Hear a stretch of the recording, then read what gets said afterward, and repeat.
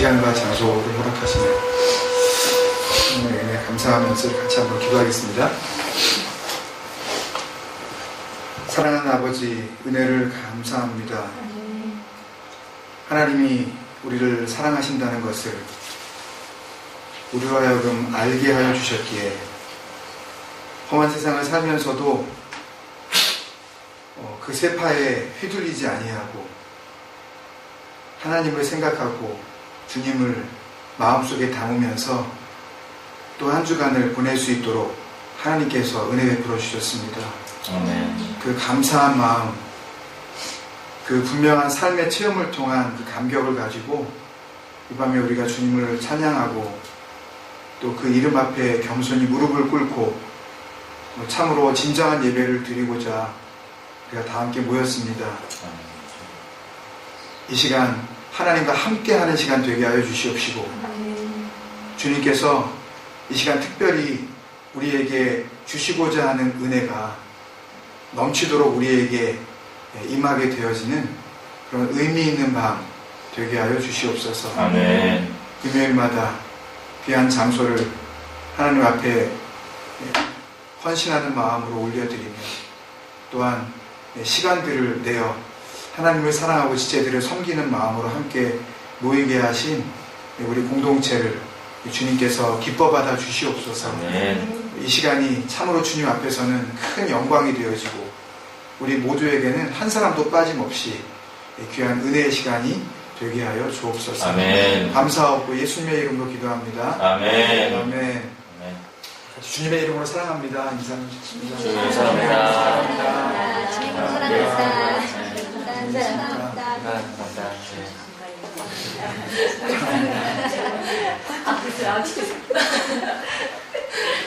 우리 같이 찬양하겠습니다. 잘 모르시는 찬양일 수 있는데요. 같이 하면서 찬양을 나가겠습니다.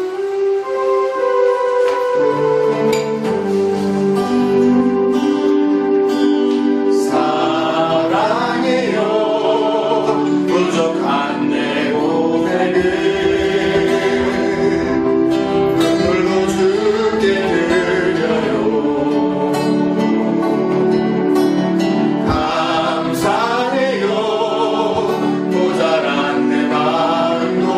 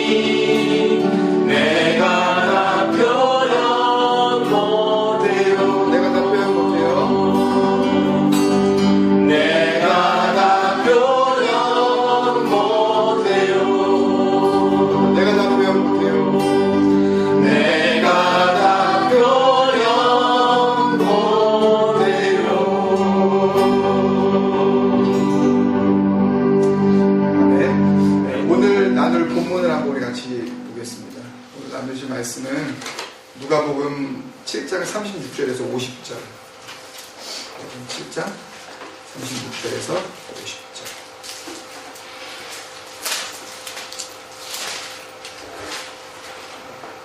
교독하겠습니다. 제가 36절 읽고 여러분들 37절 읽고 그래서 50절까지 번갈아 가면서 읽겠습니다. 누가복음 7장 36절에서부터 50절입니다. 제가 36절, 여러분들 37절. 한 바리새인이 예수께 자기와 함께 잡수시기를 청하니 이에 바리새인의 집에 들어가 앉으셨을 때 그 동네에 빚을 진 한 여자가 있어 예수께서 바리새인의 집에 앉아 계심을 알고 향유 담은 옥합을 가지고 와서 예수의 뒤로 그 발 곁에 서서 울며 눈물로 그 발을 적시고 자기 머리털로 닦고 그 발에 입 맞추고 향유를 부으니 예수를 청한 바리새인이 그것을 보고 마음에 이르되 이 사람이 만일 선지자라면 자기를 만지는 이 여자가 누구며 어떠한 자 어디서 있는 줄을 알았으리라 하거늘 예수께서 대답하여 이르시되 시몬아 내가 내게 이를 말이 있다 하시니 그가 이르되 선생님 말씀하소서. 이르시되 빚 주는 사람에게 빚진 자가 둘이 있어 하나는 500데나리온을 줬고 하나는 50데나리온을 줬는데 갚을 것이 없으므로 둘 다 탕감하여 주었으니 둘 중에 누가 그를 더 사랑하겠느냐. 시몬이 대답하여 이르되 내 자녀는 많이 탕감함을 받은 자니이다. 이르시되 내 판단이 옳다 하시고 그 여자를 돌아보시며 시몬에게 이르시되 이 여자를 보느냐. 내가 내 집에 들어올 때 너는 내게 발 씻은 물도 주지 아니하였으되 이 여자는 눈물로 내 발을 적시고 그 머리털로 닦았으며 너는 내게 입만 주지 아니하였으되 그는 내가 들어올 때부터 내 발에 입만 주기를 그치지 아니하였으며 너는 내 머리에 감람유도 붓지 아니하였으되 그는 향유를 내 발에 부었느니라. 그러므로 내가 내게 말하니 그의 많은 죄가 사하여졌도다. 이는 그의 사랑함이 아니라 사랑을 받은 일이 전자는 곁에서 그의 사랑합니다. 이 여자에게 이르시되 내 죄사함을 받았느니라 하시니 함께 앉아있는 자들이 속으로 말하되 이 사람은 누구에게 죄도 사하는가 하더라. 할게요. 예수께서 여자에게 이르시되 내 믿음이 너를 구원하였으니 평안히 가라 하시니라. 아멘. 오늘 나눌 우리 비유, 예수님의 비유 설교는 제목이 두 빚진 자의 비유입니다. 이 비유를 설명하는 이제 이 비유가 등장하는 이 장면에 또 등장하는 이제 두 사람이 나오는데요. 왜 찬양 한 곡하고 이제 이 말씀을 바로 읽었냐 하면 이 말씀을 준비하면서 찬양과 이렇게 잘 하나가 되었으면 하는 그런 바람으로 늘 이제 생각을 하는데 그렇게 생각을 합니다. 어쩔 때는 이 말씀이 이렇게 생각나지 않을 때가 있어요. 그러니까 뭐 여러 가지 이유가 있을 수 있지만 말씀이 나에게 이렇게 그 힘이 되지 못할 정도로 뭔가 상황이 그렇게 그 전개가 되어질 때 그리고 어쩔 때에는 너무 감정적으로 그 상처를 입어서 혹은 자기 스스로에게 너무 실망해서 그러니까 무슨 말씀이냐 하면 와 그래도 내가 말씀 안에서 내가 산다 그러고 내가 그래도 믿음으로 내가 살려고 그러고 하나님 앞에서 그래도 거짓되지 않게 이렇게 믿음 생활 잘 해보려고 하는데 그런데 내가 어떤 상황에서 말한 혹은 나의 행동이나 나의 어떤 그 일상생활에서 나타난 어떤 모습에 내 스스로가 막 완전히 막 좌절하는 거예요. 아 진짜 난 아니구나. 너무 힘들고 도대체 믿음이란 뭘까? 신앙생활이라는 건 뭘까? 왜 나는 이 정도도 내가 이렇게 잘 믿음으로 잘 이렇게 넘어가지 못하고 이거를 말씀으로 이겨내지 못하고 왜 나는 이렇게 속수무책으로 내 감정과 상황에서 이렇게 당하고만 있는 것일까? 이럴 때 말씀을 생각하려고 하면 내가 너무 하나님 앞에서 영치 없는 것 같아서 말씀도 생각 안 나는 경우가 좀 있어요. 그럴 때 그런 생각이 듭니다. 한 주간 동안 말씀도 생각나지 못할 정도로 너무 황당할 때, 그럴 때 내 마음의 찬양이 우리의 영혼을 분명히 회복시켜줍니다. 분명히 회복시켜줘요.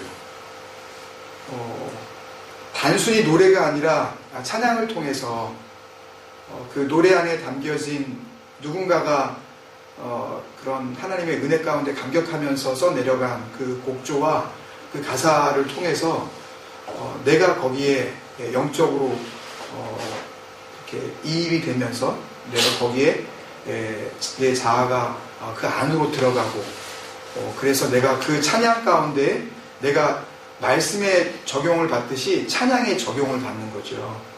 그래서 그 찬양을 할 때에 그 노래가 단순히 그냥 곡조에 있는 그냥 가사가 아니라 정말 내 믿음의 고백이 되어지고 회복시켜주는 그런 능력이 될 수가 있습니다. 너무 우리가 믿음 안에서 힘들다고 생각했을 때 여러분들 붙잡으실 수 있는 찬양도 굉장히 중요합니다. 말씀 그것이 물론 우리의 핵심이 되어지고 우리의 지난주에 나눈 것처럼 분명히 그 반석이 되고 집으로서의 그런 형태를 갖춰야 되는 그런 것이지만 그 가운데 여러 가지 우리에게 주신 좋은 선물들이 있어요. 그 가운데 하나가 이 찬양 곡조에 있는 이 우리 믿음의 고백, 이것도 굉장히 중요한 우리 믿음을 지켜주는 역할을 한다고 저는 생각을 합니다. 이 찬양을 같이 하나님 앞에 드려야 되겠다 생각하면서 오늘 지금 본문이 될 누가복음 7장 36절부터 50절에 나오는 이름 모를 한 여인, 이 누가복음만 보면 누군지는 몰라요. 다른 복음서하고 비교하면 또 이렇게 추측을 하는 그런 신학자들이 있지만 누가복음 이 본문만을 보면 누군지는 정확하게 알 수는 없습니다. 이름 모를 한 여인의 마음, 눈물로 예수님의 발을 적실 수밖에 없었던 그 영적인 상태를 여러분들 이해가 되십니까, 여러분? 불청객이에요. 오라 그러지도 않았어요. 그랬는데 갑자기 나타나서 주님 앞에서 눈물을 흘리고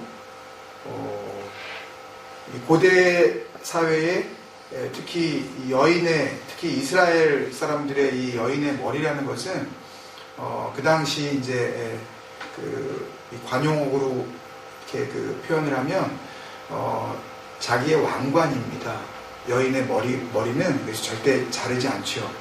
지금처럼 단발 이렇게 쇼트커트 이런 없었던 시대라고 합니다.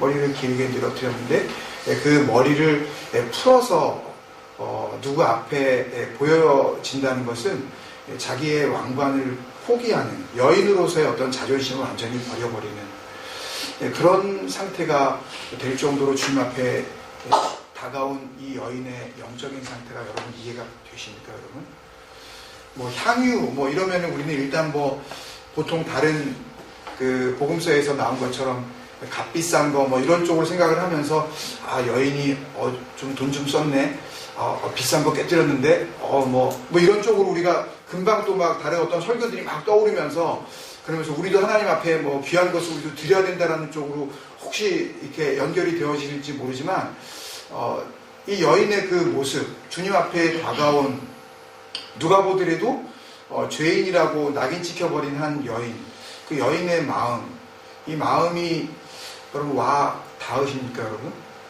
저는 이 본문을 읽고 준비하고 말씀을 준비하고 또 이 찬양을 준비하고 계속 한 주간 동안 찬양하면서 정말 이 말씀에 내가 대입이 되어지고 이 찬양에 영적인 이입이 되어지면서 주님 앞에서 한없는 그런 영적인 눈물을 흘릴 수밖에 없었습니다. 모두가 다 죄 없다고 하는 세상에서 모두가 다 나는 구원받은 게 확실하다고 생각하는 그런 이 교회의 구조 속에서 누가 과연 하나님 앞에서 주님 앞으로 나와 자발적으로 눈물을 흘리고 자기의 가장 중요한 자존심을 주님 앞에서 풀어 헤치고 그렇게 주님 앞으로 다가올 수 있을까? 여기에는 무슨 형식도 없어요. 무슨 어떤 뭐 절차도 없습니다. 이건 그냥 말 그대로 그냥 무형식이에요. 그냥 무대뽀로 그냥 그대로 그냥 주님 앞으로 달려 나오는 거예요. 왜 그랬을까? 그것을 깊이 생각하면서 이 찬양이 중요한 해답을 준다고 저는 믿습니다. 어떻게 보면 오늘 이 본문의 결론까지도 담고 있다고 할 정도로요.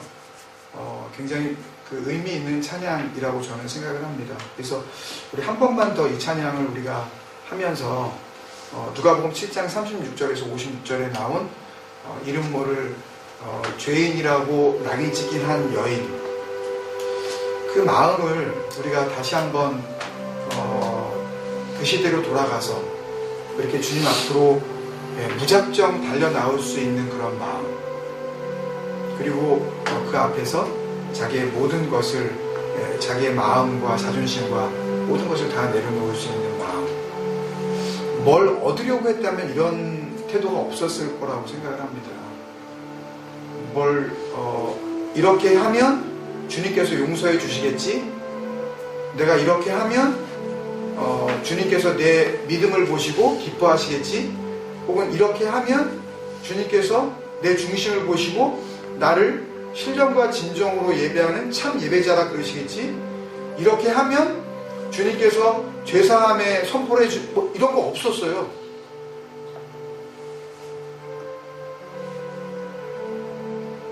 이런 게 없었습니다.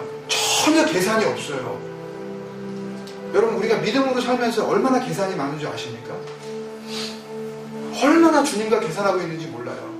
내가 말씀을 이렇게 보면, 내가 공동체를 위해서 이렇게 하면, 내가 교회에 이 정도로 내가 생각을 하면, 은연중에 우리가요, 그 다음에 나에게 올 그분의 리스판스를 우리가 은연중에 생각을 합니다. 이미 오염이 되어 있어요.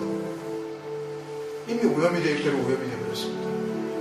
그래서 왜 주님께서 제자들에게 어린아이 하나를 이렇게 해놓고 데려다 놓고, 이 어린아이 같지 않으면 너희가 천국에 결단코 들어가지 못한다?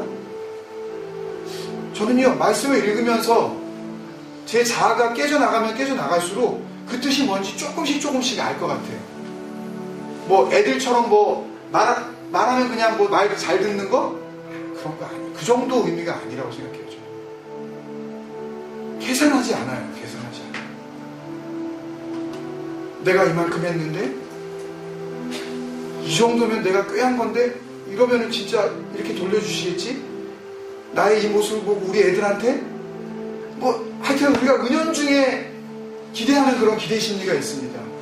그런데 오늘 이 누가복음의 7장에 나오는 이 여인에게서는요, 어떤 보상심리, 어떤 기대심리, 어떤 계산하는 마음도 엿볼 수가 없습니다. 여러분, 그런 마음으로 갚을 수 없는 사랑, 이 찬양 우리 한 번 더 우리 각자가 이 찬양의 주인공이 되어져서 그렇게 주님 앞에 한번 찬양하면서 나가도록 하겠습니다.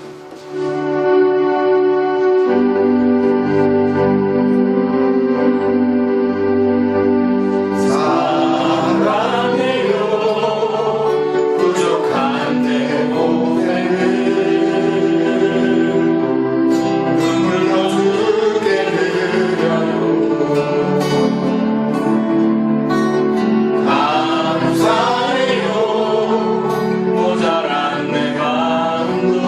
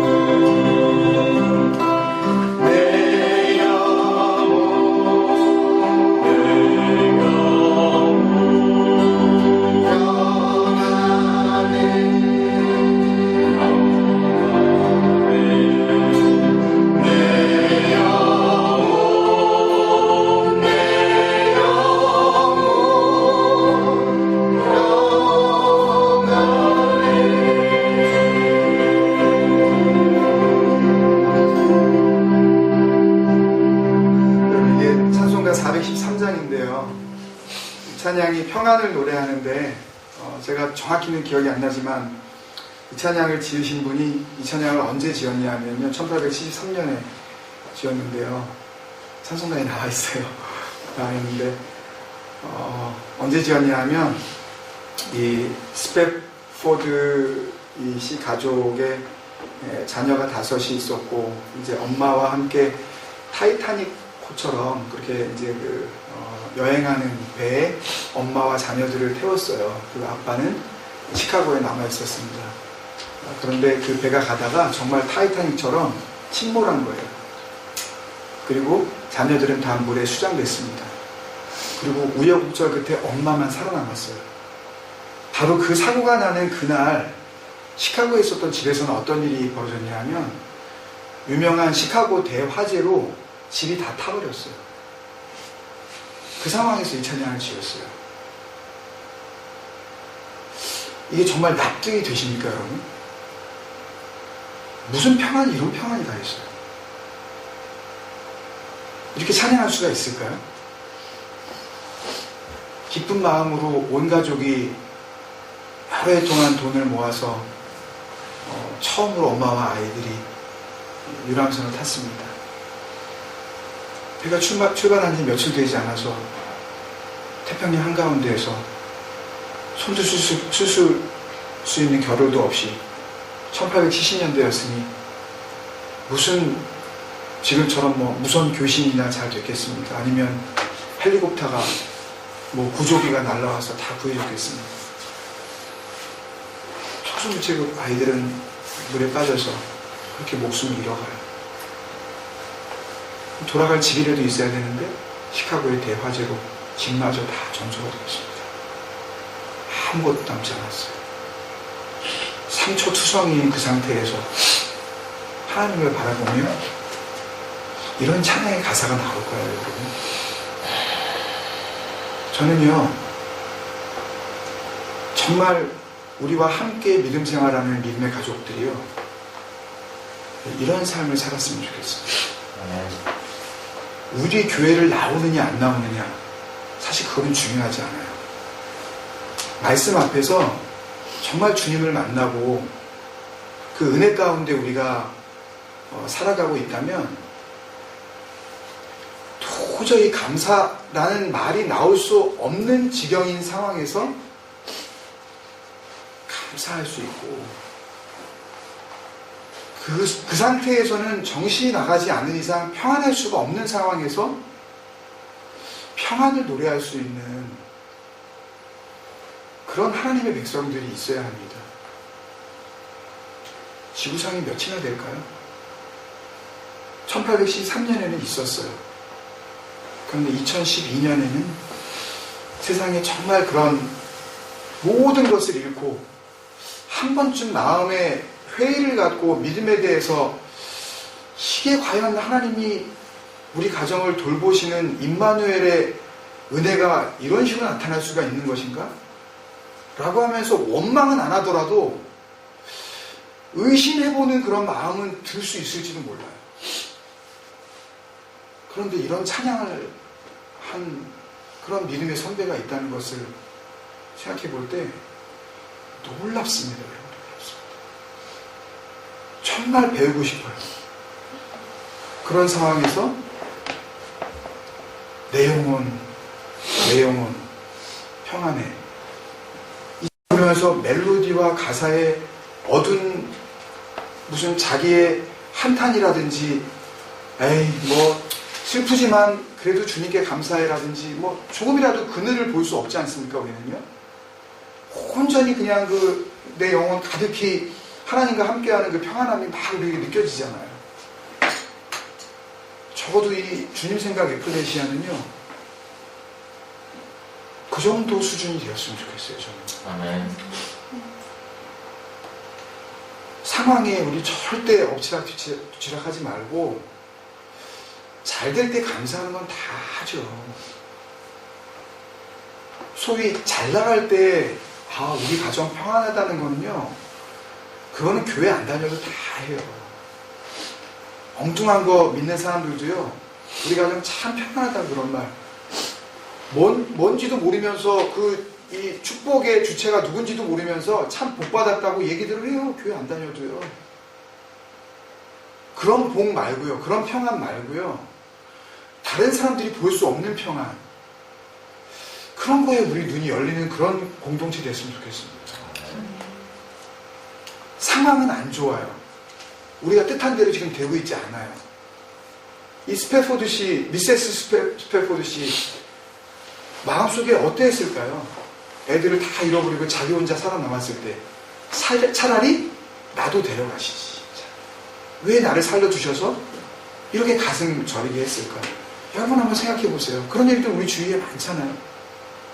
불의의 사고로 아이들만 죽고 혹은 부모만 죽고 아이들만 살아남고 아니면 다 돌아가시고 시드니에도 그런 사람이 있었죠. 교민사회에.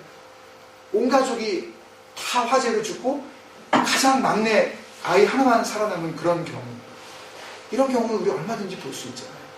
왜 나를 살려주셨냐고. 차라리 그때 나도 데려가시지 하는 그런 마음이 들 수 있음에도 불구하고 내 영혼 가득히 하나님께서 주시는 평안으로 내가 충만하다. 여러분 평안을 놓치면 다 놓친 겁니다. 여러분 주님께서 주시는 그 평강을 놓치면요 평강만 놓친 게 아니라 믿음도 놓친 거고 주님을 향한 사랑도 놓친 거고 감사도 놓친 거고 심지어는 우리의 구원 하나님과의 관계 이 모든 것을 순식간에 잃어버릴 수가 있어요. 여러분 평안이 그렇게 중요한 거예요. 주님께서 우리에게 뭘 주신다 그랬어요? 우리에게 내가 너희에게 평안을 주려고 주님께서 오셨고 평안을 주려고 십자가 고통 당하셨고 평안을 주려고 다시 하늘나라로 올라가신 거 아니에요? 그리고 또 진정한 영원한 평안을 주시려고 이 땅에 다시 오실 거 아니에요? 평안을 놓치면요 평안만 놓친 것이 아니라 다 놓친 겁니다. 가정 안에 평안을 놓치지 않도록 여러분들 깨어 있으셔야 해요. 내 심령, 내 마음, 내 영혼 가운데 평안이 깨지지 않도록 여러분들 깨어 있으셔야 해요. 우리는요 너무 자연스럽게 당합니다. 악한 영에게 속수무책으로 당해요. 그냥 눈 뜨고 고백하는 것처럼 정말 너무너무 자연스럽게 우리를 평안 깨는 쪽으로 계속 유도를 해요. 그것은 하나님이 주신 것이 아닙니다. 하나님의 마음은 우리를 향한 평안이에요. 그렇기 때문에 우리의 삶 가운데 어떤 상황 속에서도 내 스스로가 하나님께서 주신 내 영혼의 평안을 깨지 않도록 여러분들 깨어 있으셔야 해요. 거기에 중요한 역할을 하는 게 뭔지 아십니까 여러분? 말이에요. 말을 한번 주님의 그 성품으로 주님께서 주시는 그 생각으로 주님의 말씀으로 내가 하려는 그 말 평안을 깰 수 있는 그 말을 내가 한번 주님의 이름을 걸고 내가 참잖아요? 그럼 주님 영광 받으시는 거예요. 나를 통해 평안의 능력이 내 삶 가운데 역동적으로 적용되기 시작하는 거예요. 작동되어지는 거예요. 액티베이트 되는 거라고요. 평안이라는 것만 갖고만 계시면 안 돼요. 능력이에요. 평안은요 여러분. 내가 그 능력을 정말 하나님 앞에서 그 주님을 생각하며 말씀 가운데 액티베이트하고 작동하시기 정말 그것을 사용하시기 시작하면요 그러면 이게 영향을 미칩니다. 내 남편에게 우리 아이들에게 이 영혼의 평안함이 영향을 미치면서 말할 수 없는 이 가정의 평안이 찾아와요.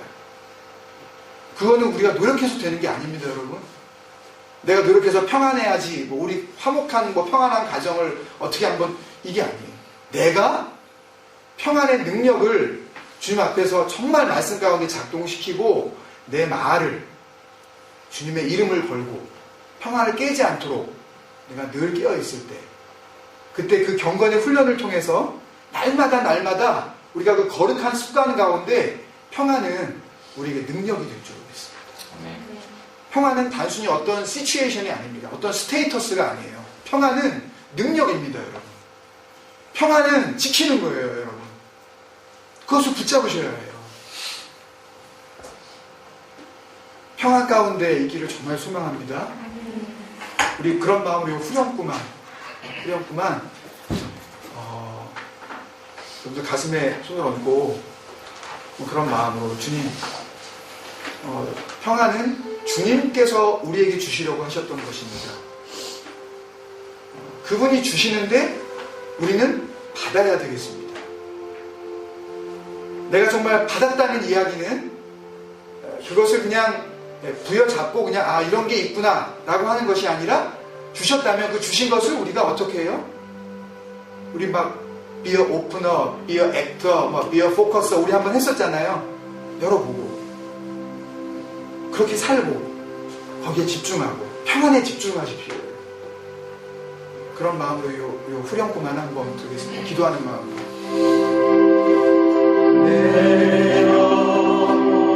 좀 작게 해주세요. 평안에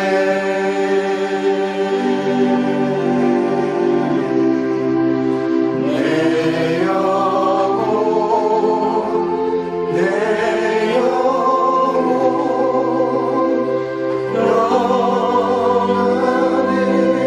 우리 주님 주신 능력을 다시 한번 생각하면서 내 영혼, 내 영혼 믿음으로 선포하십시오. 평안에 이건 자기 최면이 아닙니다. 주님께서 주신 선물이에요. 내 영혼, 내 영혼 평안에.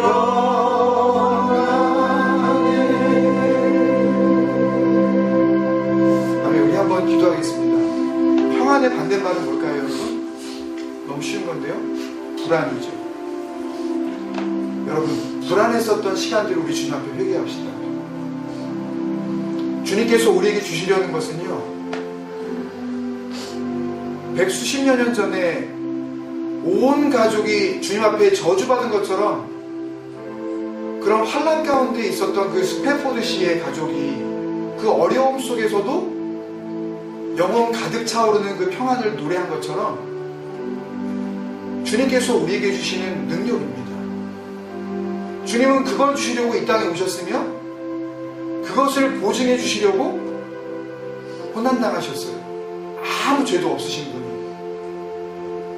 그렇다면 우리가 불안하게 살아간다는 것은요, 우리의 심령이 불안하다는 것은 주님 앞에서 죄악 아닐까요, 여러분? 저는 그렇게 생각합니다.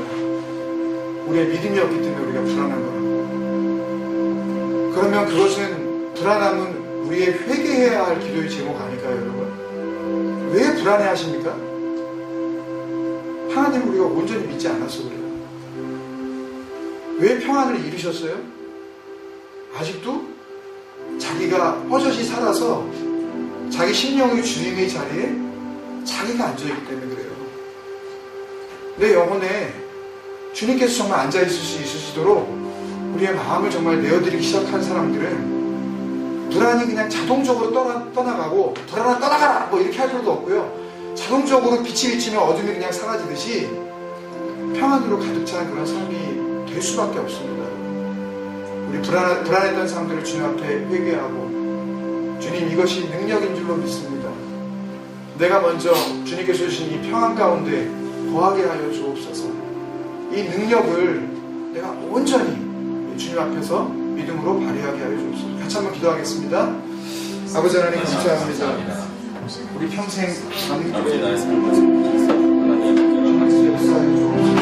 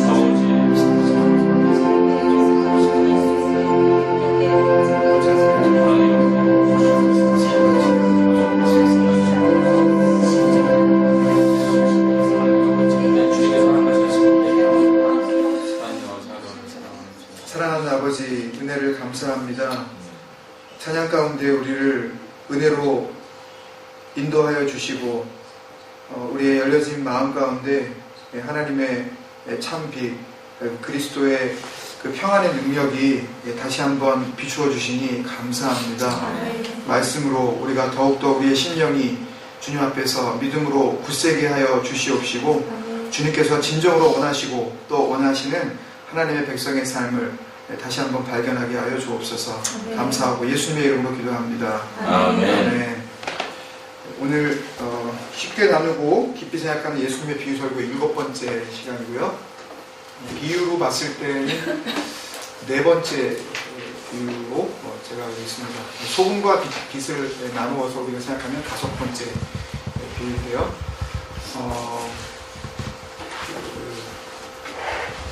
그 제목이 우리에게 주는 좀 초청처럼 정말 좀 그래 주셨으면 감사하겠어요. 쉽게 나누고 이게 쉽지는 않을지 모르지만 이렇게 나눠질 때 그래도 깊이 생각해 주시는 거는 좀 해야 될 것 같아요. 그래서 제가 생각해 봤어요. 깊이 생각하는 게 뭘까? 깊이 생각하는 게 뭘까요? 이건 뭐 성경도 아니고 뭐 무슨 그러니까 신앙적인 저것도 아니니까 깊이 생각하는 게 뭘까요? 기억할 수 있게, 예? 기억할 수 있게 계속. 아니 좀 간단하게 뭐 그렇게 좀 간단하게 좀 노미네이트. 예? 노미네이트. 예? 노미네이트. 아니요 그렇게 너무 또 막 영어 단어 이런 거 안 나오고 그렇게 안 될까요? 깊이 생각하는 거는 사고. 좀 자주 생각하는 깊이 생각하면 자주 생각하는 겁니다. 이게 자주가 이 빈도수가 어느 정도냐 하면 아까 말씀하신 것처럼 계속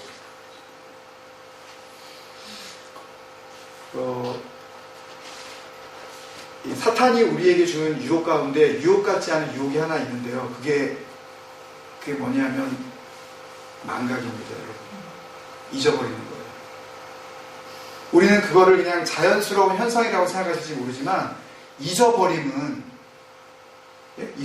야고보서를 통해서 우리가 알 수 있는 것은 잊어버림은 분명히 유혹이에요. 그래서 지난주에 다 이해가 되셨는지 모르겠지만 기억한다는 거는요, 하나님께서 구약 성경을 통해서 굉장히 여러 번 말씀하셨어요. 나는 기억하는 하나님이라는 것. 하나님이 권념하신다. 하나님이 생각하신다.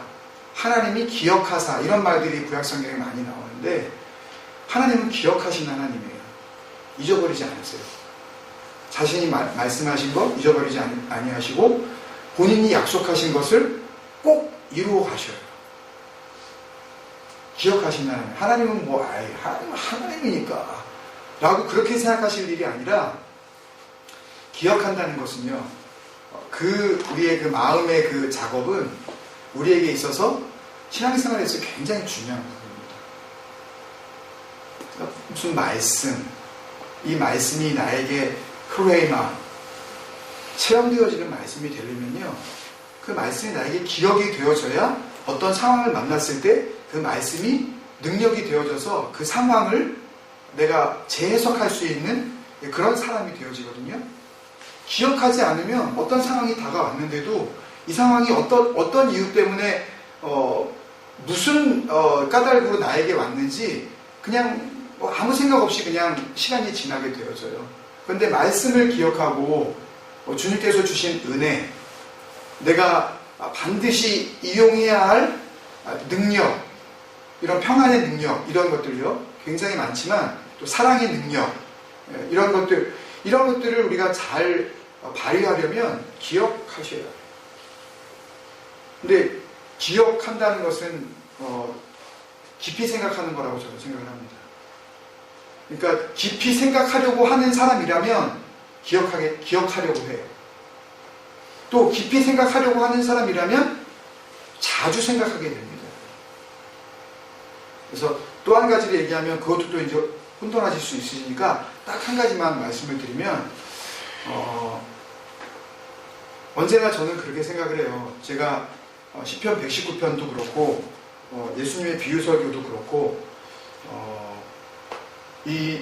우리가 그 찬양한 것처럼 두 번째 찬양한 것처럼 찬양 중에 참 그 마음에 크게 도전이 되는 그 예배할 때 두 번째 찬양할 때 왜 뒷부분에 가보면 신령과 진리로 예배하리라 첫사랑의 그 감격으로, 그러니까 예배 드릴 때 언제나 그 예배가 첫 예배처럼, 그리고 또 신령과 진리로 예배하리라 예배 드릴 때 이게 마지막처럼 어떤 제 신앙과 목회의 좌우명이에요. 이게 처음이다. 그리고 이게 마지막이다. 때문에 더 이상 나에게는 기회가 없다.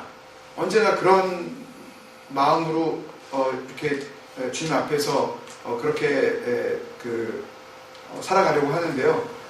특히 이 주님의 비유 설교 이런 식으로 모든 설교를 이렇게 계획적으로 쭉 이렇게 처음부터 끝까지 한번 다 해보는 그런 기회가 저는 없었어요.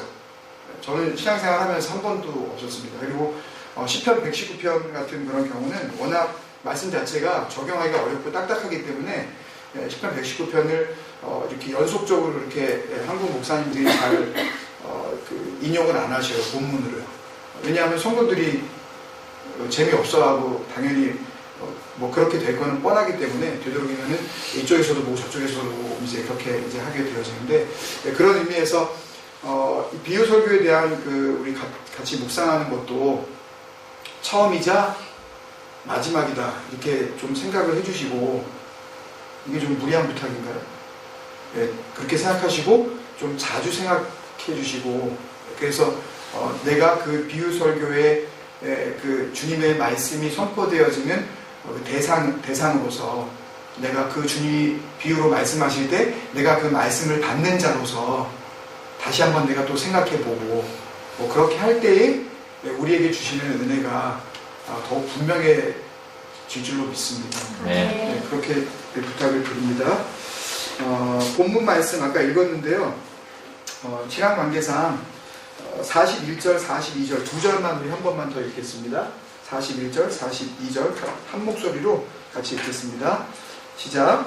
이르시되 빚주는 사람에게 빚진 자가 둘이 있어 하나는 500데나리온을 졌고 하나는 50데나리온을 졌는데 갚을 것이 없으므로 둘 다 탕감하여 주었으니 둘 중에 누가 그를 더 사랑하겠느냐. 아멘. 본문을 이렇게 읽어보시면 상황을 금방 이해할 수가 있습니다. 이유가 뭔지는 모르지만 웬만해서는 그런 일들이 자주 없는데 한 바리새인이 예수님을 이제 초청을 한 거죠. 식사 대접을 하겠다고. 거기에 이름 모를 한 여인이 등장을 했는데, 그 여인은 다 누구든지 다 그렇게 알고 있는데 37절에 보면 죄를 지은 한 여자라고 이렇게 되어 있는데, 결국은 sinner라고 이렇게 영어 성경은 번역을 했고, 헬라어 원문 성경에 보면 죄에게 복종한 한 여인 이렇게 되어 있기 때문에 누가 보더라도 이 여인은 당시의 그 상황으로 봤을 때에 죄인이라고 취급받을 만한 그런 여인이었다. 그런데 이제 이렇게 이야기를 하면 대개 이제 복음서에서 나온 죄인들 크게 이제 두 무리로 나누는데, 바리새인들이 이야기한 죄인들이라는 것은 두 부류로 나누는데, 하나는 세금 걷는 세리고 또 하나는 거리의 여인, 이 창기, 이 둘을 그렇게 본단 말이죠. 그래서 이 구절만 놓고 많은 설교자들이 뭐라 그러냐 하면 이 여인은 몸을 파는 여자였다 라고 그렇게 그냥 해석을 해버리고 맙니다. 그리고 듣는 성도들도 그렇구나 라고 그냥 그 말씀을 그냥 받아버리고 마는데, 사실은 알 길은 없어요.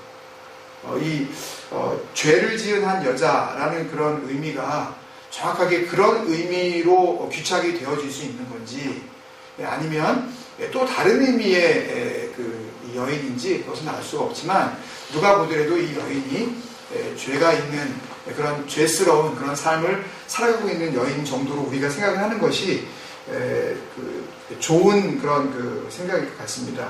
그리고 이 여자가 들어와서 하는 그런 모습들을 우리가 봅니다. 들어와서 예수의 뒤로 가서 발 곁에 서서 울고 있습니다. 그리고 눈물로 그 발을 적십니다. 그리고 자기 머리털로 닦습니다. 그리고 그 발에 입 맞추고 할 때 이 카테필레이라는 단어는 누가복음 15장에도 나오는데요. 집 떠났었던 아들이 돌아왔을 때 그 동구 밖에서부터 걸어오는 아들을 향하여서 아버지가 달려가고 그 아들과 목을 어긋나게 이렇게 껴안은 다음에 아들의 입에 입 맞췄다 할 때 그 단어도 이 카테필레이인데요. 이 카테필레이라는 단어는 그냥 이렇게 껴안고 반갑다고 이렇게 하는 게 아니라 옛날에도 한번 말씀드렸지만 집중적으로 막 이렇게 막 뽀뽀를 막 이렇게 막 너무너무 사랑스러운 그런 인사로 그렇게 막 뽀뽀 세례를 키스 세례를 하는 그런 반복적인 행동을 강조하는 그런 문법입니다. 카테필레이라는 단어 자체가요. 그것을 봅니다. 이제 바리새인이. 그리고 그 마음 가운데 어떻게 저런 여자의 그런 막 만지고 있고 자기한테 이렇게 막 와서 막 무릎을 꿇고 막 그러고 있는데 어떻게 그냥 그대로 있나? 이러면서 이제 예수에 대해서 그런 그 반감을 갖게 되어지죠. 그리고 예수님께서 그 마음을 아시고 이야기를 하시는 비유가 바로 이 비유인데 그 비유를 하시기 전에 40절에 나온 그 호칭을 우리가 봤을 때에 이 바리새인의 이름은 뭐였다? 시몬이었다 라는 것을 우리가 알 수가 있습니다. 갑자기 베드로를 여기서 떠올리시면 안 됩니다. 그 당시에 유대 땅에 시몬이라는 이름은 굉장히 많았었던 시몬은 어디서 나온 거죠?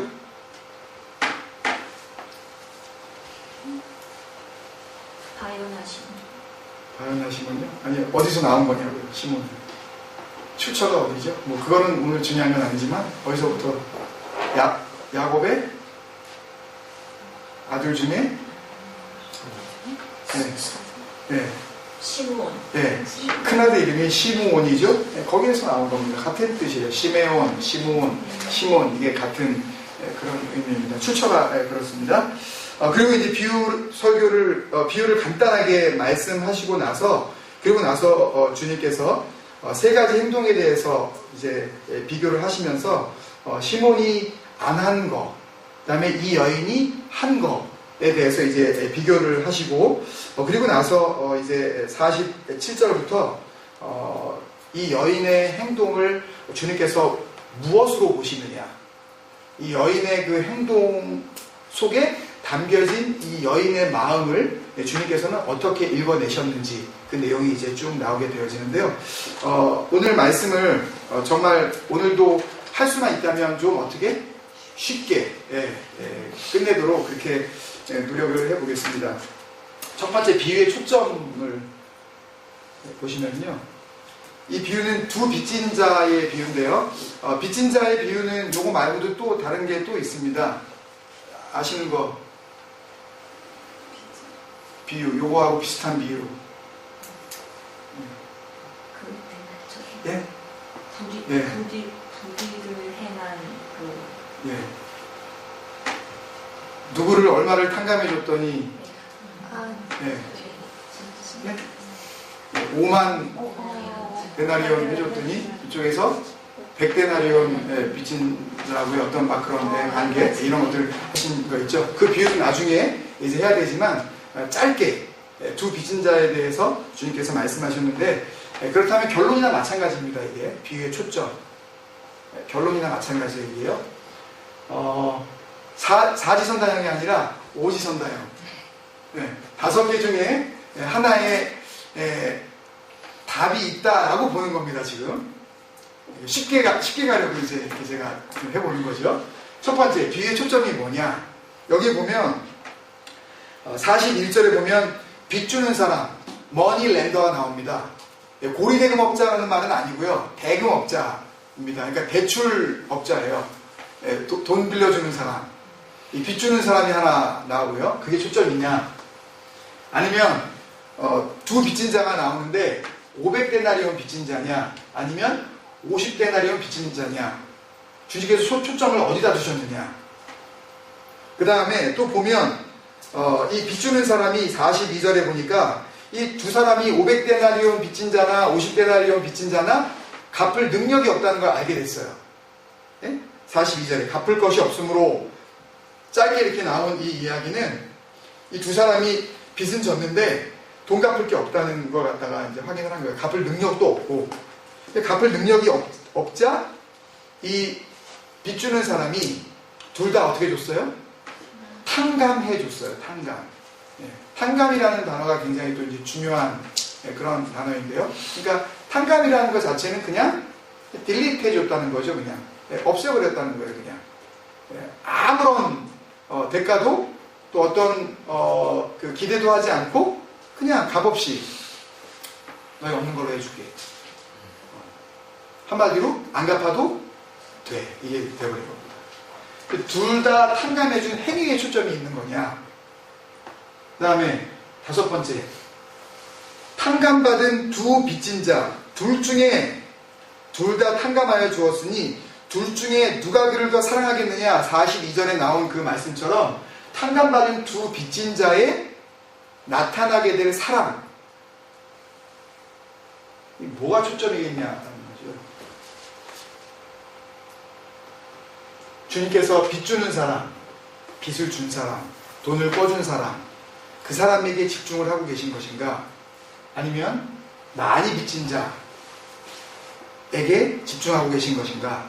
아니면 500데나리온은 부연 설명을 드리면 1데나리온이 로마 화폐인데요. 당시에 로마의 그 압제를 당하고 있는 식민지로서 은전 하나인데요. 이 데나리온이 보통 노동자 하루 품삯이었죠. 그러니까 500데나리온이라는 이야기는 며칠을 일해야 벌을 수 있는 돈이에요. 한 푼도 안 쓰고 500일. 그러니까 1년 4개월 반을 갖다가 꼬박. 공소가 아빠가 1년 4개월 반을 꼬박 벌어가지고 갚을 수 있는 돈 꽤 많지 않을까? 그지? 종소에게 만약에 1년 반 가까이, 그지? 큰 돈이죠. 그 다음에 이거 50데나리온은 그러면 며칠이에요? 50일이죠. 네. 이거 좀 파서블 하지 않을까요, 이건요? 어떻게 좀 잘 좀 견뎌보면? 예? 하루에 번 거 갖다가 반씩만 쓰고 뭐 이렇게 한 100일쯤 지나고 나면 뭐 갚을 가능성이 조금 보여요, 이건요. 그죠? 안 보여요. 그죠? 하여튼, 예, 조금 보여요. 제가 보기에는 좀 가능성이 보여요. 갚을 가능성이 좀 보여요.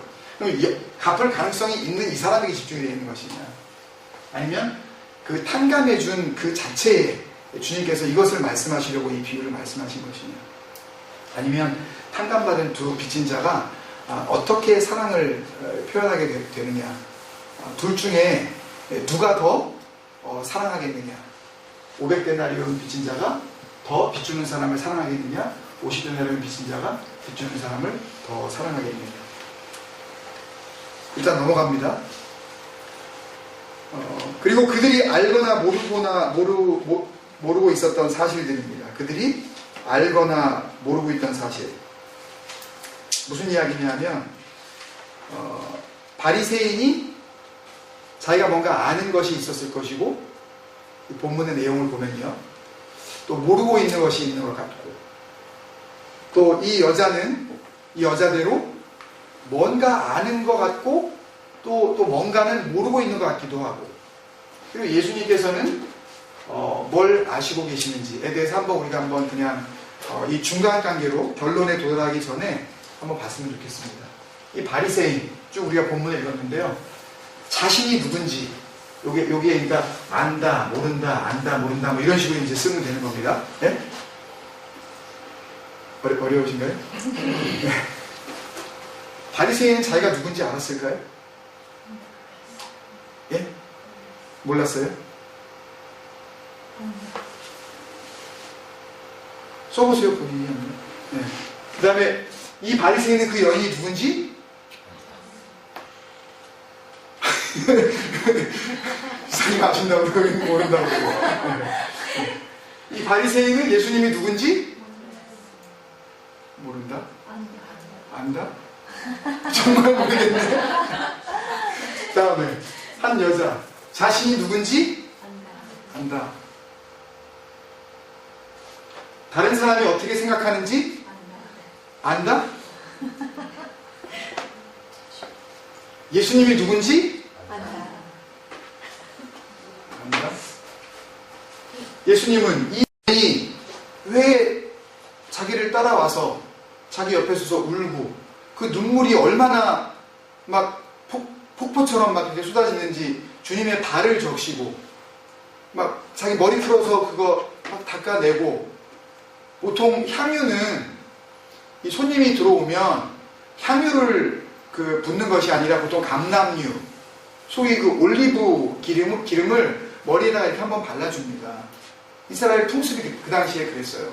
손님이 들어오면 발 씻은 물을 내서 발을 닦아주고, 그리고 수건으로 주님께서 제자들의 발을 씻기고 닦으신 것처럼 수건으로 그 발을 그냥 발 털어서 말리라고 그러지 않고 수건으로 잘 닦아줘요.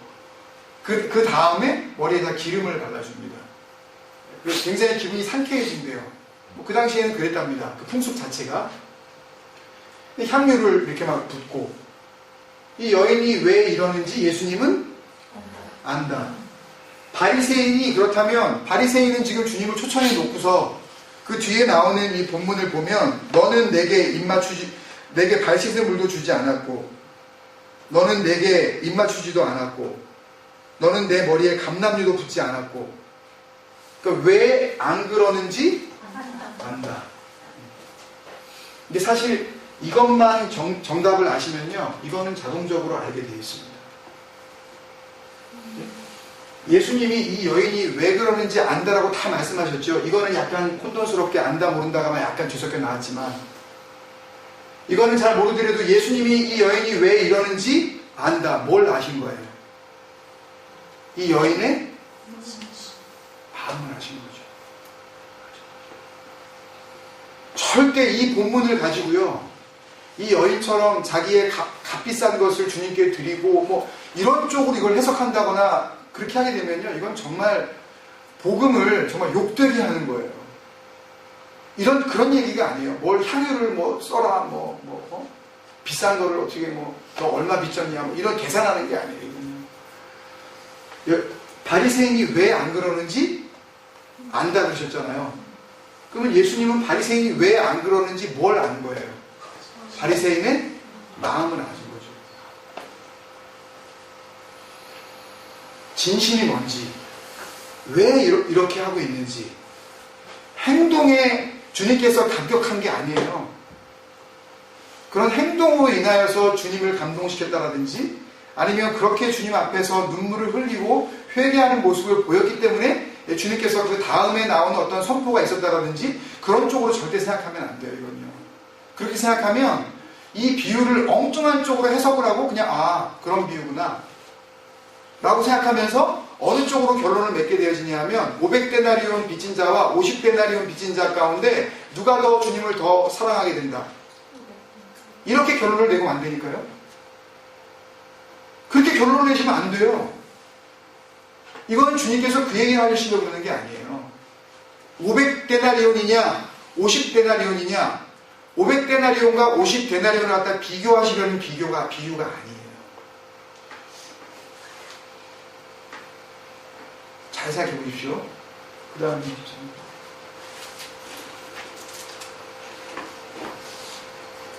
비유를 통한 주님의 평가. 주님께서 이제 마지막에 말씀하시는 그 47절부터 50절까지의 내용을 봤을 때에 주님께서는 지금 현장에 있는 이 두 사람을 어떻게 생각하시느냐. 바리새인은 스스로 뭐 없다고 생각하는 의인이고, 죄 또 맞지만요, 용서받을 게 없다고 생각하는 의인이고, 용서받을 게 없다고 생각하는 의인이고, 이 여인은 스스로 뭐 없다고 생각하는 죄인이었던 것입니다. 주님께서 보시기엔 그렇게 보셨다고요. 뭐가 없었을까요? 칭찬. 예? 칭찬받을 일?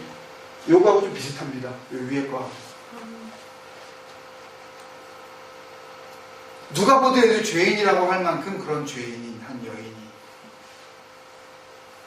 눈물을 흘리면서, 바리새인은 스스로 용서받을 게 없다고 생각하는 의인이고요, 이 여인은 스스로 용서받을 수 없다고 생각하는 죄인이었습니다. 나는 주님 앞에 용서받을 수 없는 죄인입니다. 나는 용서받을만 합니다. 나는 50데나리온 정도니까 파시빌러티가 조금 있습니다. 내가 조금 더 어떻게 좀 노력을 하면 용서받을 수 있는 그런 가능성이 나에게는 있습니다가 아니라 나는 용서받을 길이 없습니다. 이 여인이 와서 울면서 주님 앞에서 그렇게 엎드린 것은 용서받으려고 온 게 아니라는 얘기예요. 제가 아까 말씀드렸죠. 말씀을 시작하기 전에 아무것도 계산하지 않는다. 주님 앞에 정말 주님을 주님이라고 생각하면서 나아가는 사람은 아무것도 기대하지 않습니다. 아무것도 계산하지 않아요. 아무것도 보상을 기대하지 않습니다. 어떻게 하는 거예요? 그냥 나아가는 거예요. 여러분, 그게 신앙입니다. 여러분, 그게 믿음이에요. 그냥 나가는 거예요. 무슨 일이 어떻게 벌어질지 몰라요. 단지 뭐만 아는 거예요. 내가 용서받을 길이 없다는 거는 내가 아는 거예요. 다른 거는 몰라. 무슨 일이 일어날지 몰라. 여러분, 그걸 아십니까? 나는 용서받을 길이 없는 죄인이다. 용서받을 가능성이 있다. 그래, 내가 목사도 하고 내가 말이야. 이렇게 내가 그래서 말씀을 전하고 내가 야, 교회 같지도 않은 교회 참 이렇게 헌신하고 막 이러는데 이 정도면 주님께서 내가 나의 진심을 알아주셔. 이런 아무런 계산이 없는 거예요. 이게 부모와 자녀 사이에도 이 계산을 하잖아요. 응? 내가 너한테 어떻게 했는데 너 나한테 이럴 수 있어. 우리는 그런 말 안 하시는지 모르겠지만 이렇게 드라마나 이런 데 보면 뭐 그런 얘기 나오잖아요. 우리는 그런 얘기 안 하시겠지만 또 애들은 또 뭐라 그래요? 아니 엄마 아빠가 요번에 이거 올 A 받아오면 엄마 뭐 해준다며 뭐 얼마짜리 뭐 해준다며. 그러니까 그런 거지 무조건 나쁘다는 그런 의미가 아니라 우리의 삶 가운데 은연중에 모든 것을 계산하게 만들어 놨다고요. 악한 영은. 내가 이렇게 해주면 이 사람은 이렇게 나에게 해주기를 은연중에 바라게 되어지는 그런 마음들이 자연스럽게 우리 안에 뿌리를 내리고 있어요. 그런데 진정한 성도 간의 교제는요, 아무것도 바라지 않아요. 여기서 주님께서 그의 사랑함이 47절에 그의 사랑함이 많음이라고 할 때 그 사랑함, 우리가 잘 아는 단어잖아요. 아가파오라는 그런 단어인데, 아가페라고 우리가 알고 있는 아가파오라는 사랑함이라는 동명사인데요. 사랑함, 아가파오라는 단어인데 이 사랑이 뭐겠어요? 어떤 사랑이에요? 조건을 다르지 않는 사랑합니다. 그냥 무작정 사랑하는 거 아니에요. 어떻게 될지 모르면서.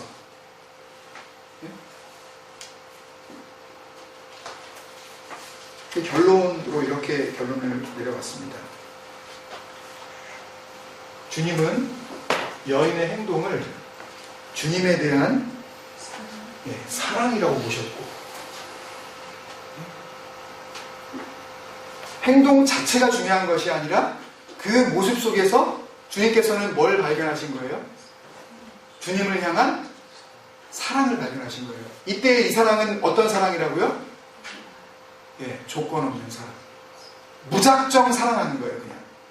주님께서 뭘 해주셨기 때문에가 아니라 뭐 때문에 사랑하냐면 주님이기 때문에 사랑하는 거예요. 예수시기 때문에 사랑하는 거라고요. 하나님이기 때문에 그냥 사랑하는 거예요. 왜 사랑해? 이유가 없어요. 왜 사랑해? 라고 할 때 이유를 말하기 시작하는 사랑은 문제가 있어요.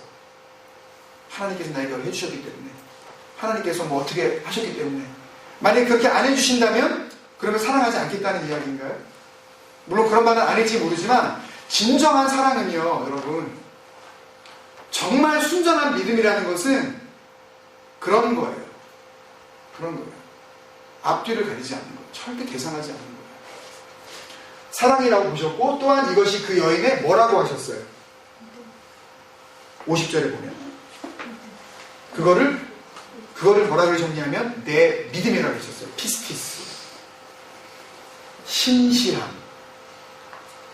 영어 성경에 보면 faithfulness, 충성스러움.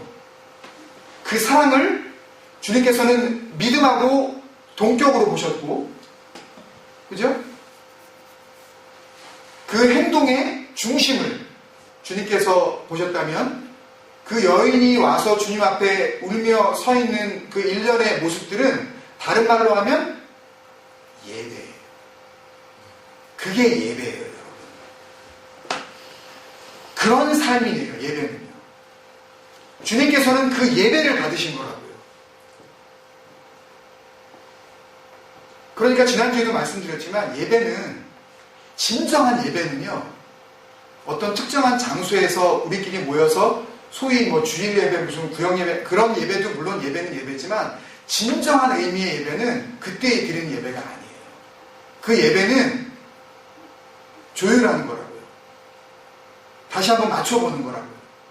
그리고 격려하고 훈련시켜서 재무장시키는 거라고요. 이퀴입한다 그러죠? 다시 한번 갖출 수 있도록, 뭔가 빠진 게 있으면 그 시간을 통해서 다시 재무장할 수 있도록. 그리고 예배는 어디 가서 드리는 거예요? 이 예배가 혼동되기 시작하면서부터 교회는 능력을 잃기 시작한 겁니다. 로마가 기독교를 국교화시킨 이후로 기독교가 쇠퇴의 길을 걷기 시작한 거예요.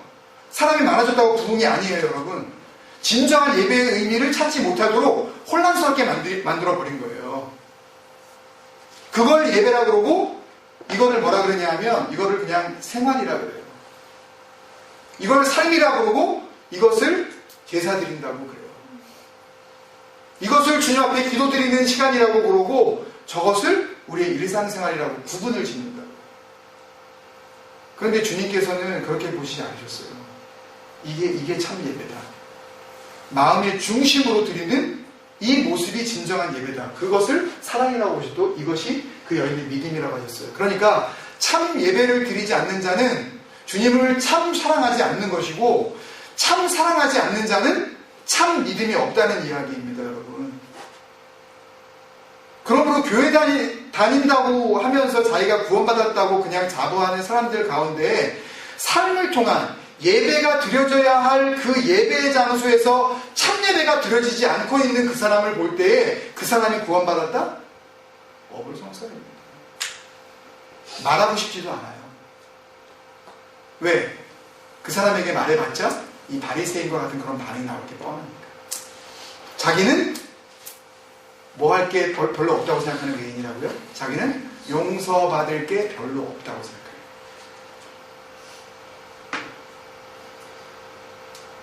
그로 말미암아 뭐와 뭐를 얻게 된 것입니다. 주님께서 내 뭐를 받았느니라? 죄사함을 받았느니라. 그리고 내 믿음이 너를 어떻게 했다?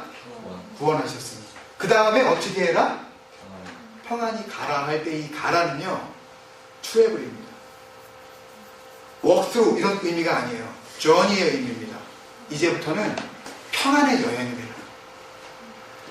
내가 다시 오는 그날까지, 네가 내 앞에 서는 그날까지 너 인생의 모든 여행 가운데 무슨 능력을 붙잡고 살아라? 평안의 능력을 붙잡고 살아라. 여러분, 결국 참 예배는 참 사랑이고, 참 사랑은 참 믿음이며, 참 믿음은 진정한 죄사함이고, 진정한 죄사함이 진정한 구원을 가능하게 하는 것이고, 그 진정한 구원 가운데 살아가는 사람은 어떤 능력으로? 평안의 능력으로 주님 앞까지 삶의 여행을 해나가는 사람인 줄 믿습니다. 간절히 소망합니다. 이 비유를 통해서 주님께서 500데나리온 빚졌느냐? 그러면 저 여인이 500데나리온 빚진 것이냐? 그럼 너는 50데나리온 빚진 사람이냐? 라고 누군가에게 이 많고 적은 데나리온의 어떤 빚을 할당해주고 그것을 비교하시려는 말씀이 아니에요. 이 말씀은, 이 비유는 이 바리새인을 비웃는 비유입니다. 너는 50데나리온 받았다고 생각을 하고 너는 덜 사랑하냐? 저 여인은 500데나리온 받은 여자니까 더 사랑하는 것 같냐? 그런 이야기가 아니다. 이 비유는요, 오히려 이 비유를 통하여서 우리를 어떻게 하시려는 것이 아니라 정말 죄 없다고 생각하는 사람들을 향하여서 이 비유를 통해 너는 도대체 주님 앞에서 어떻게 살아가고 있느냐를 물으시는 질문이에요. 이 비유 안에 담긴 내용이 이 비유를 통해서 비교를 하시려는 것이 아니고 이 비유를 통해서 이 바리새인을 비웃으시려고 하신 거죠.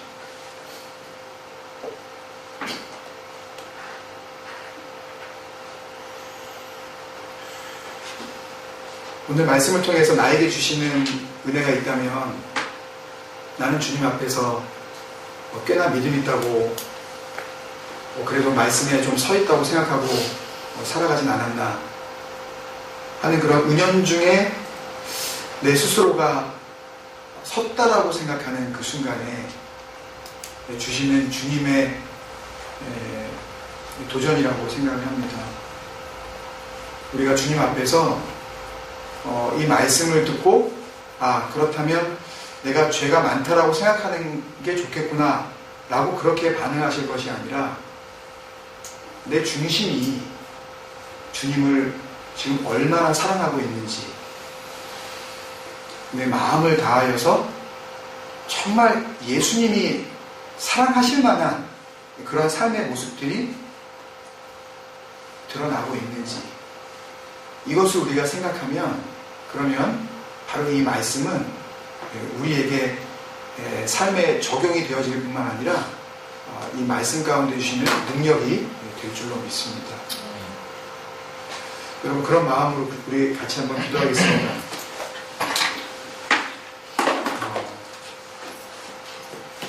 주님 앞에서 삶을 통한 예배가 우리의 진정한 사랑으로 그렇게 작동하게 하여 주옵소서. 주님을 사랑하면 그 사랑하는 그 마음이 삶의 예배 가운데 당연히 증거로 증명되어질 수밖에 없다는 거죠. 여러분 정말 주님을 우리가 사랑한다고 할 때에 우리가 우리의 삶을 통해서 우리의 삶을 보시는 그 주님 앞에 어떻게 살아야 할까요? 내가 만약 주님을 사랑한다라고 말은 하면서도 예배로 드려져야 할 삶의 현장 가운데 온전한 삶의 모습이 그 사랑이라는 증거로 나타나지 않고 있다면 그렇다면 나는 주님 앞에서 지금 이 시간 비웃음을 당하고 있는 바리새인과 아무것도 차이가 없는 그런 위치에 서 있다는 것을 우리가 알아야 됩니다. 정말 그래요, 여러분. 무슨 소용이 있겠어요? 아무리 자기 열심을 다해서 바리새인들의 열심 대단하잖아요. 그런 열심으로 살아간다 한들 주님 앞에서 아무것도 인정받지 못하는 그런 종교 행위만 늘상 하고 있는 그런 삶이 되어지고 있다면 그렇다면 무슨 의미가 있겠어요? 하루하루가요. 여러분 우리 삶을 한번 돌아봅시다. 주님 앞에 우리의 삶을 정말 드러내놓고 우리의 모든 것을 다 보고 계시는 그 주님 앞에서 주님께서 정말 참 사람이라고 인정하지 못할 만한 그런 모든 삶들을 주님 정말 회개하고 싶습니다. 주님 앞에 다 내어놓고 그렇게 정말 이름 모를 죄인이라고 낙인 찍힌 이 여인이 하염없이 그렇게 눈물의 폭포수를 이룬 것처럼 눈물이 다는 아니지만 내가 주님 앞에서 통회하며 자복합니다. 우리 그런 마음으로 한번 기도했으면 좋겠습니다. 요한일서 우리 잘 아시는 말씀이잖아요. 1장 8절에 만일 우리가 죄 없다 하면 스스로 속이고 또 진리가 우리 속에 있지 아니할 것이요. 요한일서 1장 9절 우리가 너무 잘 아시는 거죠. 만일 우리가 우리 죄를 자백하면 저는 미쁘시고 의로우사 우리 죄를 사하시며 모든 불의에서 우리를 깨끗게 하실 것이요. 그리고 10절 마지막으로 이런 말씀을 하시죠. 만일 우리가 범죄하지 아니하였다 하면 하나님을 거짓말하는 자로 만드는 것이니 그 다음에 말씀이 저에게 큰 은혜의 충격이 됩니다. 그의 말씀이 우리 속에 있지 않은 것이다. 여러분, 우리 안에 말씀이 없으면요, 내 스스로가 죄 없다고 생각을 한다고요. 결국 주님께서 보시기에 이 바리새인의 중심에는 뭐가 없었다? 말씀이 없었다. 자기는 말씀을 해석하고 바리새인으로서 말씀을 증거하고 또 바리새인으로서 말씀을 다른 어떤 사람들보다 그렇게 연구하고 공부하는 위치에 있었지만, 그럼에도 불구하고 예수님께서 보시기에는 이 바리새인의 중심에는 말씀이 없었던 거예요. 우리 그런 마음을 같이 드렸으면 좋겠습니다. 우리의 삶을 주님 앞에 내어드리며 회개하며 주님, 내 중심에 말씀이 서게 하여 주옵소서. 같이 고백하며 기도하겠습니다. 아버지 하나님, 진리를 통하여서 진리 가운데 거하게 하시고 주님의 말씀이 우리 안에 살아오시길 때에 주님께서 주시는 참 자유를 주시고 우리에게 은혜를 주시고 아버지 하나님의 기뻐하시는 감사합니다. 아버지 하나님, 우리 중심 가운데 정말 예수 그리스도의 말씀을 주시고 이 말씀이 우리를 인도하여 예수 그리스도를 향하여 우리가 죄 없다 하는 그런 착각을 하지 않게 만들 것이고, 또 이 말씀이 우리 마음 중심 가운데 바로 서 있으면, 그렇다면 주님 앞에서 내가 범죄하지 않았다고 그렇게 말할 수 없는 그런 입술이 하는 것을 우리가 알게 하여 주옵소서. 아버지 하나님, 어찌합니까? 우리의 삶을 돌아볼 때 내가 주님 앞에서 참 사랑, 참 믿음, 참 구원의 삶을 살았는지 아버지 하나님, 주님 앞에 회개가, 아버지 하나님, 잊혀져야 할 모든 과거들을, 그 죄악을 담당하시고 돌아가신 예수 그리스도의 십자가를 다 묻어버리는 그런 진정한 누구에게 있게 하여 주시옵소서. 아버지 하나님, 비유를 통하여 바리새인에게 실책하시면서 말씀하시는 그 말씀이 무엇인지, 진정한 믿음이 무엇이며 진정한 죄사함이 무엇이고 예수 그리스도께서 보시는 참 구원의 능력이라는 것이 무엇인지 아버지 하나님, 우리가 믿고 깨닫게 하여 주시옵소서. 눈이 열리게 하시고 주님의 우리의 마음이 아버지 여인의 마음처럼 한없이 아버지 눈물로 주님 앞에 달려 나아갈 수 있는 그런 조건 없는 사랑을 아버지 사랑으로 주님 앞에 살아가게 하여 주시옵소서. 은혜를 더하여 주옵소서.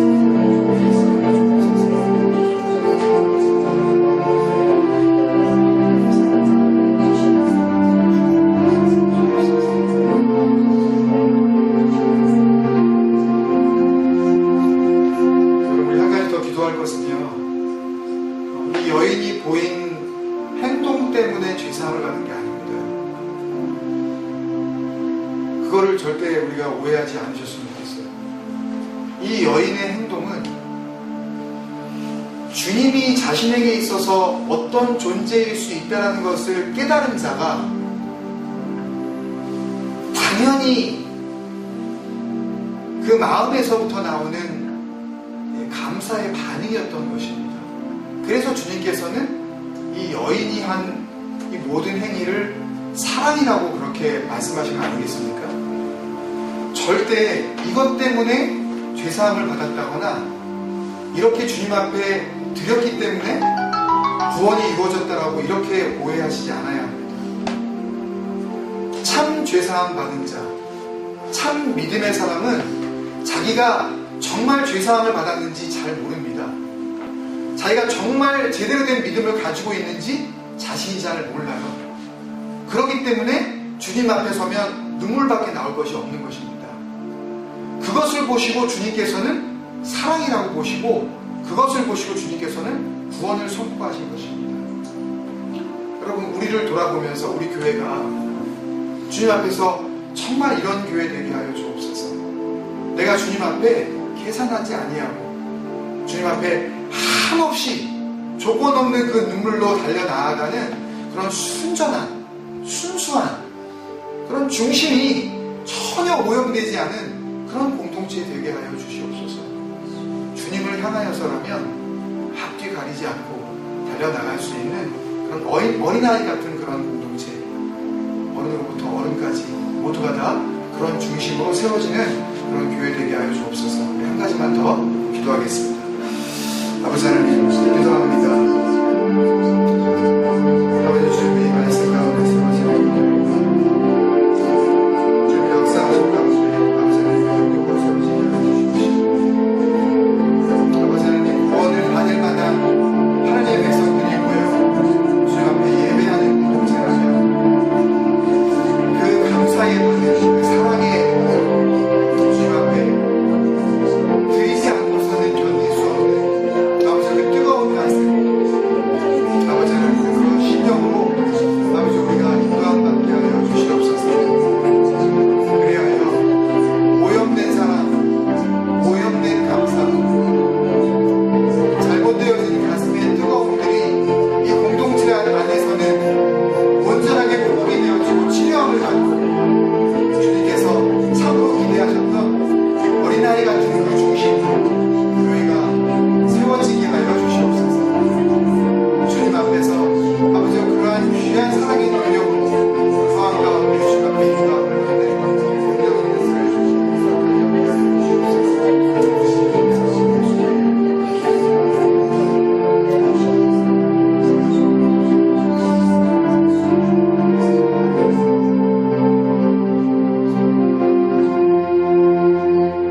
사랑하는 아버지, 은혜를 감사합니다. 주님께서 비유를 통하여서 말씀하시고자 하시는 그 비유의 초점에 우리의 마음을 더욱 두게 하여 주시옵소서. 아버지 하나님, 내가 주님 앞에서 어떤 존재인지 우리는 잘 알지 못합니다.